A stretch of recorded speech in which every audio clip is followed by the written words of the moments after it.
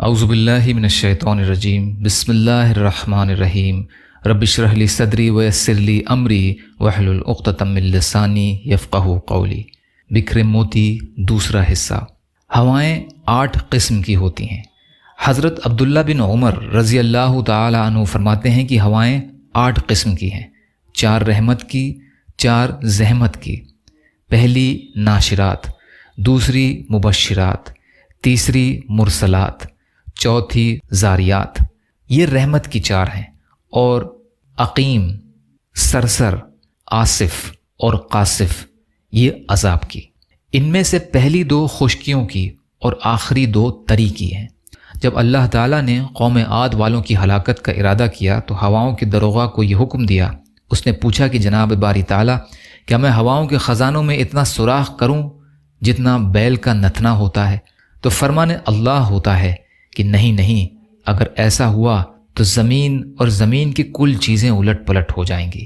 اتنا نہیں بلکہ اتنا سوراخ کرو جتنا انگوٹھی میں ہوتا ہے۔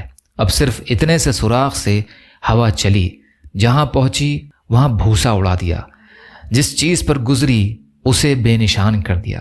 یہ حضرت عبداللہ بن عمر رضی اللہ عنہ کا قول ہے۔ ابن کثیر کی روایت ہے۔ یہ عزت کا اصل معیار نسب نہیں بلکہ تقوی اور طہارت ہے۔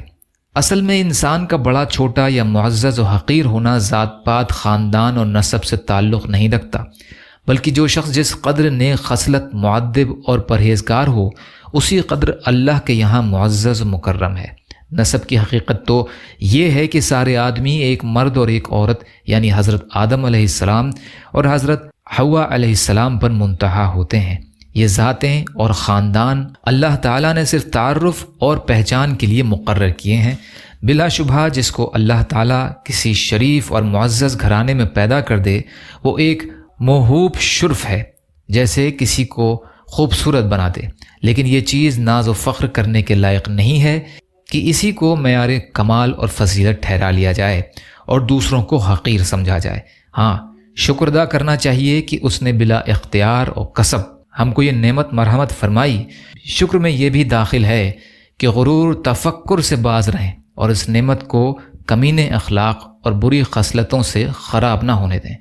عزت کا اصلی معیار نسب نہیں ہے، تقوی اور طہارت ہے، اور متقی آدمی دوسروں کو حقیر کب سمجھے گا؟ مومن حقیقی حضرت حارث بن مالک رضی اللہ عنہ نبی کریم صلی اللہ علیہ وسلم کے پاس آئے تو آپ نے فرمایا، حارث صبح کیسے گزری؟ حارث نے کہا، ایک حقیقی مومن کی حیثیت سے۔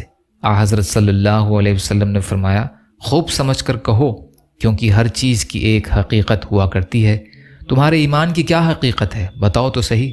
تو حارث رضی اللہ عنہ نے کہا کہ دنیا کی محبت سے میں نے روگردانی کر لی ہے، راتوں کو جاگ کر عبادت کرتا ہوں، دن کو روزے کی وجہ سے پیاسا رہتا ہوں، اور اپنے کو یوں پاتا ہوں جیسے میرے سامنے عرش رب کھلا ہوا ہے، اور جیسے میں اہل جنت کو باہم ملاقات کرتا دیکھتا ہوں اور اہل دوزخ کو گرفتار بلا دیکھتا ہوں۔ حضور صلی اللہ علیہ وسلم نے فرمایا، ہاں اے حارث، تم حقیقت ایمان تک پہنچ چکے ہو، اس پر قائم رہنے کی کوشش کرنا۔